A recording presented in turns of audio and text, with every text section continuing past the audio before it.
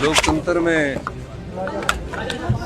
सबसे प्रमुख विशेषता ये होती है कि एक पार्टी चुनाव जीतती है और एक पार्टी चुनाव में नहीं जीत पाती। यही प्रमुख विशेषता होती है लोकतंत्र की। मैं जहां कांग्रेस पार्टी ने, अलायंस पार्टनर ने झारखंड में अपनी बढ़त बना कर रखी है, वहाँ महाराष्ट्र में हम थोड़े पिछड़े हैं। वहीं वायनाड में श्रीमती प्रियंका गांधी जी ने 4 लाख वोटों से बढ़त प्राप्त की है। निश्चित तौर पर प्रियंका गांधी जी की चुनावी राजनीति में प्रवेश कांग्रेस पार्टी को मजबूती प्रदान करेगा। सर, जिस तरीके से भाजपा लगातार चुनाव में जाने की बातें कर रही थी, क्योंकि चुनाव में जा रहे हैं, सीपीएस पर इतना बड़ा फैसला आया है, क्या जवाब दे दिया गया है इस पर? नहीं, भाजपा दिशा विहीन है। कभी वो बात करती है टॉयलेट टैक्स की, ये नाम मैंने तो पहली बार सुना। कभी वो बात करती है समोसे की, ये बात नहीं करती कि महंगाई कितनी बढ़ गई है।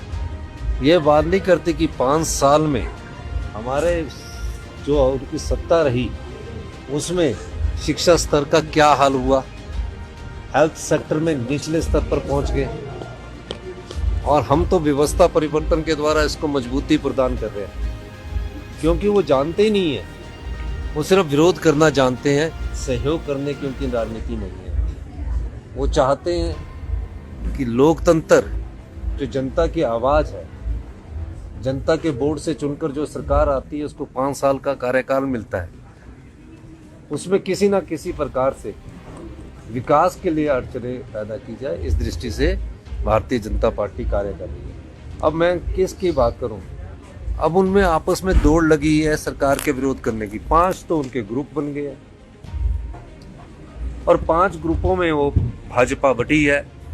नड्डा जी का ग्रुप है जो राष्ट्रीय स्तर पर है, जयराम ठाकुर जी का ग्रुप है, बिंदल जी का ग्रुप है, अनुराग ठाकुर जी का ग्रुप है, एक वो ग्रुप है जिसने भाजपा को गुलाम कर रखा है।